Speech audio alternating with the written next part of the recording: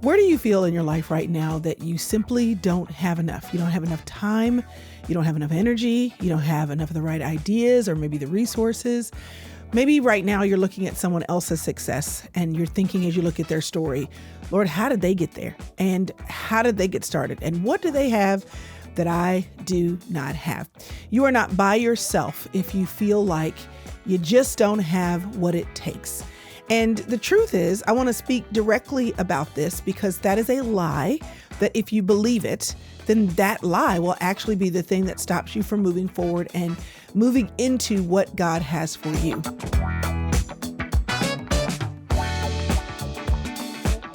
I, shockingly enough, have people that will ask me, well, how did you do what you did? And, it's because you have access to this, that, and the other. And I'm looking at them and thinking, nuh-uh, I didn't start this by building big or having something big in mind. Anything that I have built is because God has chosen to multiply the little that I have. So I wanted to give you some thoughts to help you combat the lie that you don't have enough. And I wanted to give you some encouragement for doing what it takes for you to participate, because God wants you to be a participant. He doesn't want to just drop things out of the sky on your behalf. He wants you to build your capacity, and your capacity is built by you being consistent in showing up for the little things. There are so many things now as I look back in my life that I consider to be crumbs, little crumbs. Me being faithful in small things that I did not know God had a plan for. I didn't know He had a plan for a YouTube channel. I didn't know He had a plan for me writing books. I didn't know He had a plan for me speaking. I certainly knew nothing about a membership, just so many things. But what I can look back and see is that in those little areas that I like to call crumbs, God has used not my perfection and not my always getting it right consistently, but He has used my faithfulness to show up in little ways for what I didn't know to make contributions and investments towards what I knew not of. The notes that were saved on my phone, the ideas that were captured in the margins of my notebooks or my journals. These are the things that were raw materials that God has later built and multiplied into books or events or branding or all these fancy things, community that I wasn't trying to orchestrate. So I want you to think about what you feel like you have too little of, and maybe the lie that you believe that God can't use what you have because it's too little. And I want you to, first of all, say, if I think I don't have what it takes or that God has not given me enough to multiply, that is a lie.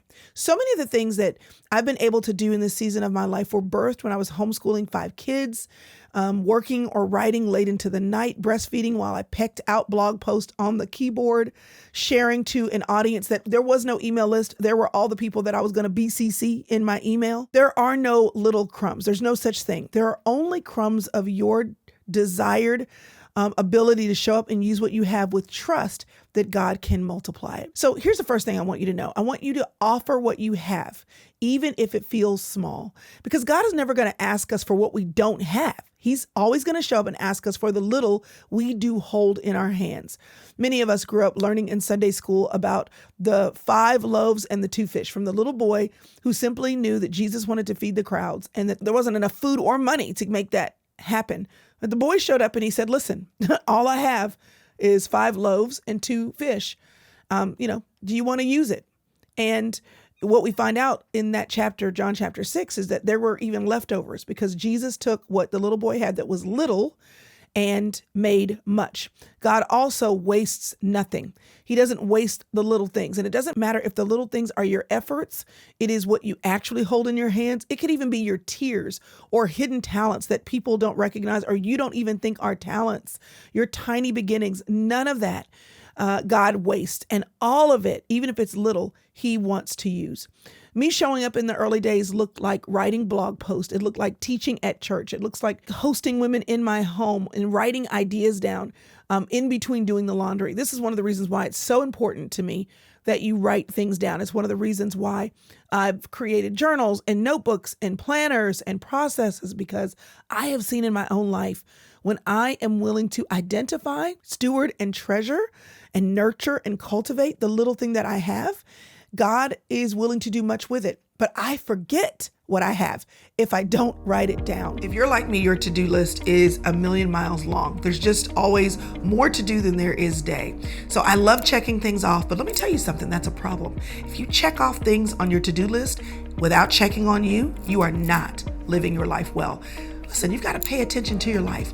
So I have created a tool that's a planner and a personal coach in one place to help you do just that. Let me introduce you to the Full Circle Planner.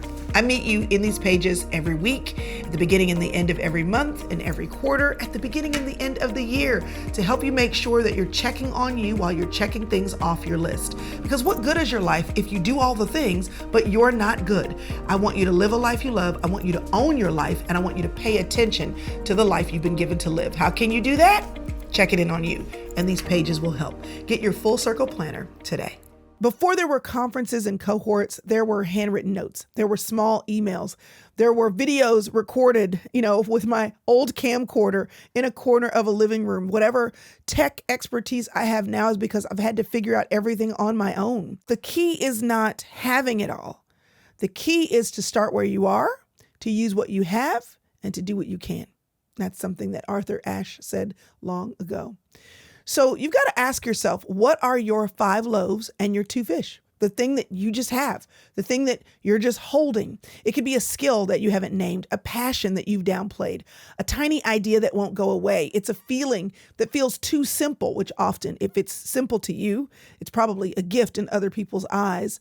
You don't want to despise it. You want to offer it. Instead of looking at it and saying, this is so small, Zechariah 4:10, don't despise the day of small beginnings. This is so small. This is no big deal.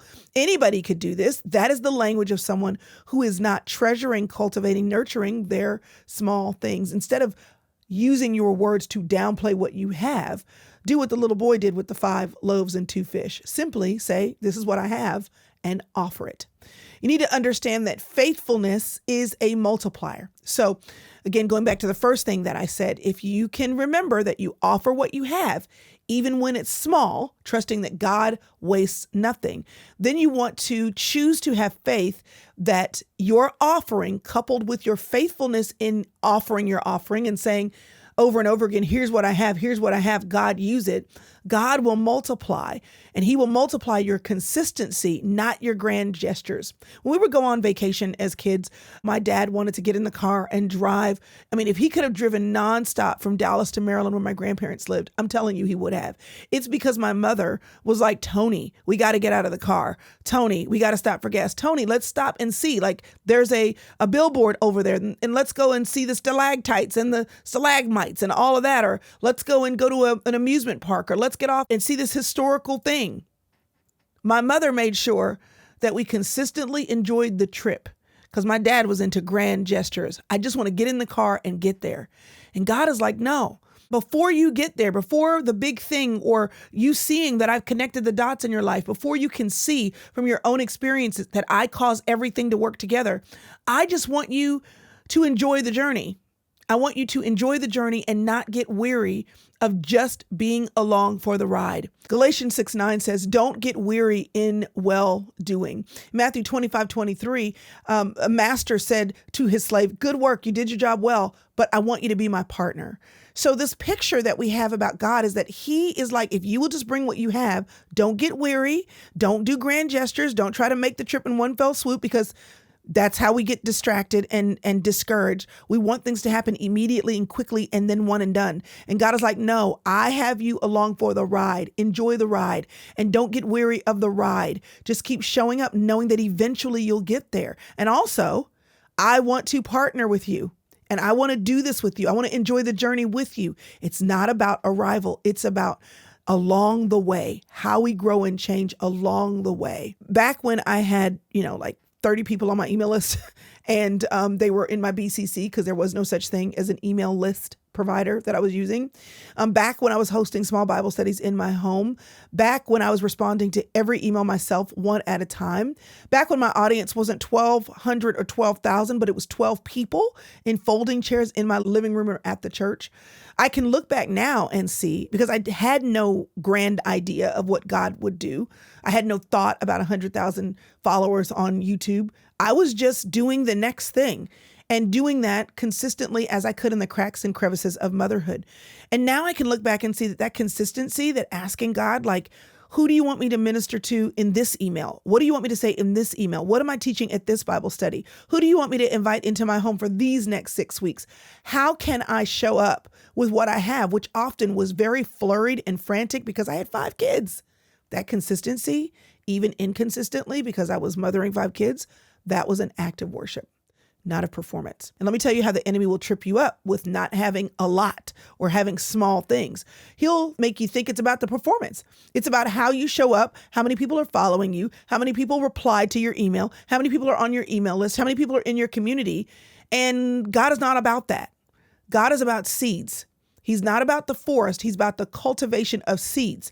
Because when we cultivate the seeds, the forest takes care of itself. When you plant consistently, water consistently, steward consistently, multiplication is inevitable. So instead of focusing on the effect or the result of multiplication, focus on your seed and know that the efforts that you make that are small, repeated day in and day out, yield a big result.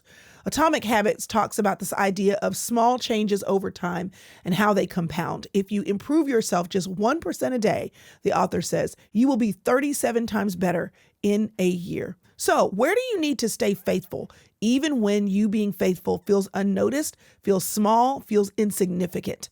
What rhythms or routines do you need to recommit to? Because you nurturing the small things is how you actually see seed grow. And even though the next right step may be a small step, identify it. Because what if it's not about taking dramatic leaps? God is the multiplier, right? But he requires your faithfulness in order to do that. We girls just need time. Time to get away, time for a little quiet, time to be still, time to quiet the noise. And this is why I put on any event that I do to give the girls, including me, time. 2026, that time looks like being on a cruise for a long period of time. So you can actually inhale long enough to hear the heartbeat of your soul and laugh and have a good time in the sun. I want you to join me on the Sister Circle Cruise. It's April 26th through May the 3rd, and you can find out more by going to thesistercircle.com/cruise. I hope you make space for you and join me there. Now, the third thing is God also multiplies what is surrendered, not always what is strategized. Now, I'm a believer in strategy, y'all, and as much as I have a love-hate relationship with marketing, it's fun until it's not. I hate repeating myself. I hate saying sell, buy, go to this site to get 20% off. I hate all that. Strategy, though, is important because we want to be good stewards of what God has given us. But what is more important than strategy is surrender, because surrender unlocks the supernatural multiplication in your life. I'll never forget when I wrote She's Still There. And I'm going to read something to you out of it. But I wrote She's Still There. And one of the people who I asked, and I couldn't believe he said yes, who I asked to write an endorsement for the book was Bruce Wilkerson, who wrote The Power of Jabez. And when he emailed me back, he said, "May Jesus multiply your marketing." Because there are some things that we can do by strategy, but there are many things in your life that will only happen when you are fully and completely and totally surrendered. And you need to remember that, because some of us are out here striving and scratching and forcing when really Ephesians 3:20 is clear. It's now to him who is able to do far more abundantly than all you can ask or think. Proverbs 3:5-6 is clear. Trust God with everything that's in your heart. Don't try to figure out everything on your own. So there have been many moments in my life where I'm trying to figure out how am I being a good steward by exercising strategy. And then there are times when I have strategized my brains out and nothing is going the way that I want it to go. And you know what that's a signal for me to do? Revisit surrender. What am I surrendering? What do I need to surrender, God, that I have not been surrendering? What is happening with the team, with the business, with the money, with my time, with my content? What is happening that should not be happening, or what should be happening that's not? How can I release control and get back to being a partner, not in crime, but in creating amazing things with you? You know, when I tell God, I will steward the work you've given me and allow you to handle the outcome, that's where true multiplication, true supernatural multiplication lives. You know, there's a season when a closed door can actually position you for a multiplied door later. And often surrender is the key. One of my favorite passages, 2 Kings chapter 4, because it's the widow who's doing her best to keep her life afloat and to keep her kids from being whittled away into slavery to pay her husband's debt. And many scholars think she was married to the prophet Obadiah. And why, if Obadiah was a good prophet, was she left in squalor and debt? We don't know. What we do know is that she was married to somebody who was a priest. And when that priest died, she was struggling to take care of her kids. And God said to her through the prophet Elijah, go get empty vessels. So she sends her kids to go get empty vessels. And then the prophet says, now take your little bit of oil and I want you to pour that into these big jars. And she was like, are you serious?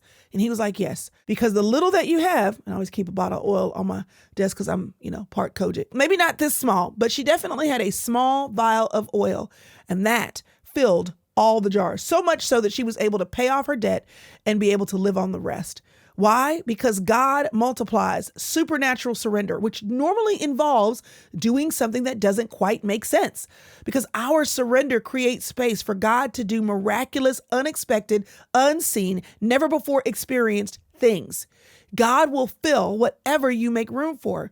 And often in our humanity, we don't make room. We want to do what only we can do. We want to put our hands to the plow. And I'm a person who's all about goals and productivity. And so there's nothing wrong with that. But sometimes our own goals and our productivity gets in the way because he's like, lay it down. Lay it down. I would like to do something, but I can't if you're in the way. So God is not asking for your perfection or your production. He's asking for permission to show up and be God. And he's not going to force himself on you because he's a gentleman. So I want to give you an invitation to ask yourself, how can you surrender?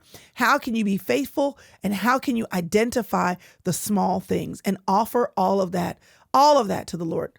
I want to read you a little bit of this because this is a symbol of my life where I'm looking at small things and realize later that it's in the sacrifice of my small things that other things were born. I didn't have much, just a full bed, a dresser, a small circular glass table with 2 cheap chairs and a 27-inch JVC television and a rocking chair. My first apartment post-college was 850 square feet, 2 bedrooms and 2 bathrooms. I was on cloud 9 to be in my own place with my daughter, happy and broke. My plan was to take my time saving money and slowly fill the space with a twin bed for my preschooler, a few furnishings, and a couch on which to sit and watch that 27-inch TV. Since I only had the rocking chair, I bought a couple of large pillows so my girl could sit on a soft spot on the floor and watch Barney. I wanted to shoot Barney. I love you, you love me. That song just about drove me nuts. I sat in that rocking chair with my daughter sitting next to me on a pillow, and she would dance around the room to Barney songs and made our little spot work until I could do something to improve it. I had big plans for one day having a space where my social circle could come hang out. I dreamed of the day when I had an area for everyone to sit and a spot for anyone who walked through my doors to feel comfortable. I imagined hosting a slumber party for my daughter and visiting with the other mommies when they dropped off their girls for overnight fun. But I figured that all of that would have to wait because I had nowhere for anyone to sit. One day, though, I was talking to my aunt, my mom's sister, Elizabeth, and I was sharing with her about my some days. I told her about everything I planned to do later after I'd made a little bit more progress in my life and could properly show hospitality. She told me something I've never forgotten. Do what you can with what you have. Don't wait for the day when you have the right couch, the right coffee table, or the right seating arrangement. Don't wait until you have an eating area for a sizable dinner party. Don't delay making memories or sharing your life with friends. Do what you can to live your life well with what you have. And I'm reminded, even this day, of a friend of mine, a good friend. We've been friends for over 30 years, Jaylyn. And she and I, we reminisce the old days, and we still to this day talk about her coming to visit, sitting in the rocking chair with us, talking and having a great time, drinking hot chocolate with whipped cream. And when we sit together, today, we reminisce about how we sat together, me on the floor and her in the rocking chair, sipping and having great conversations and developing a friendship we still enjoy today. Why do I read you this? That's from chapter 14, Rockin' Hot Chocolate. Do what you can with what you have. It's getting older and older, but it's still a goodie, I think, if you've never read it. Because Now I can host. Now I can have 30 people over for a first Sunday dinner. Now I can make memories with my family. And now I can host my son and his friends. And now I have room for my 5 grandchildren and my 5 children to come over. And now I have room to host Christmas and Thanksgiving at my home with all the people. But do you know where I practiced hospitality? Do you know where people learned to be comfortable in my home? Do you know where I gathered God can multiply?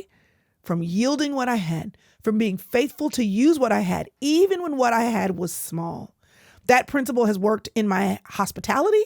It has worked in my writing. It has worked in my speaking. It has worked in friendship. It has worked in business. It has worked in money management. It has worked in my relationships with even the people that work with me and for me.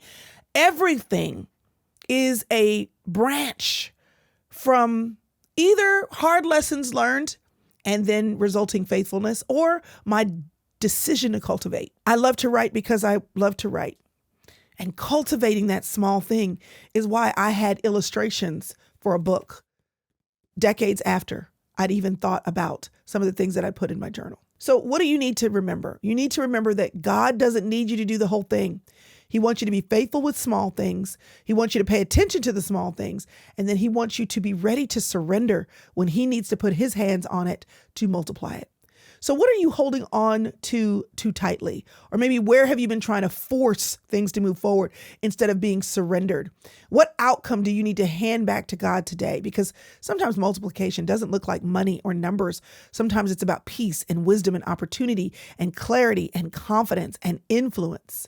It's so important that you remember God will multiply what you offer, what you steward, and what you surrender. So for me, this all did not start with strategy. Before there was strategy, there was simply a seed. And what I did consistently, not perfectly, but over and over again, was to offer the seed. God has done the multiplying. Your little is not lacking. Your little is simply leverage in the hands of a very powerful God. He will multiply your faithfulness. He will multiply your stewardship, and he will multiply what you surrender to him. So I want you to think about this, and I'd love for you to answer me in the comments, regardless of where you're watching or listening. Hit me back, reply, and let me know how this motivated you or kind of brought something to light in your eyes. Where is God nudging you to offer the little that you have, to stop belittling it and just say, here you go, Lord, you can have it. What small act of obedience can you recommit to today and be faithful to that? How can you step back and say, Lord, I've tried every door. No doors are working. I surrender, and I'll let you do what's clear is different than what I'm doing. Let me pray over you, because I think this is one of those things that you're going to wrestle with, and I want you to have clarity. Lord, would you help take what feels small in our lives, the ideas, the gifts, the courage, the time, the steps? Would you take those things, because we want to place them in your hands? Would you multiply them for your glory and for the good of the women that are watching and listening, for the women who are trying to grow and to honor you as they live their lives, for the woman I am, because I'm the woman I'm speaking to every single time I open my mouth? And would you help us to release, to offer, to surrender, to be faithful, and watch you do what only you can. And then when you do, help us to be mindful, to say thank you, and to give you the glory for what you only could have done, because often it's the Lord's doing, and it's marvelous in our eyes. Listen, if you are thinking, how do I do the things that are in my hands? How can I honor God with what I have that's small? Take a minute. Get quiet, do some journaling, write it down, and take the journey with me. Make sure that you comment or like this actual episode, share it with someone else that you know. If you want to do the work with me, make sure you have a planner, because I ask all the questions in there and provide all the space for you to stir up your soul and think about what's important. But everything that I do is created to help you think about it so you can do something different. And whether it's just the YouTube channel, my Inner Circle membership, the products that I'm making available to you, I want to challenge you to do the work. Don't just listen and be a passive bystander. Do the work. Get on your knees and pray about it. Do the work. Share your conviction from watching the episode. Do the work, because it's in you doing what you can with what you have that will cultivate and nurture the soil of your seed. All right, y'all. Take care, and I'll see you next week.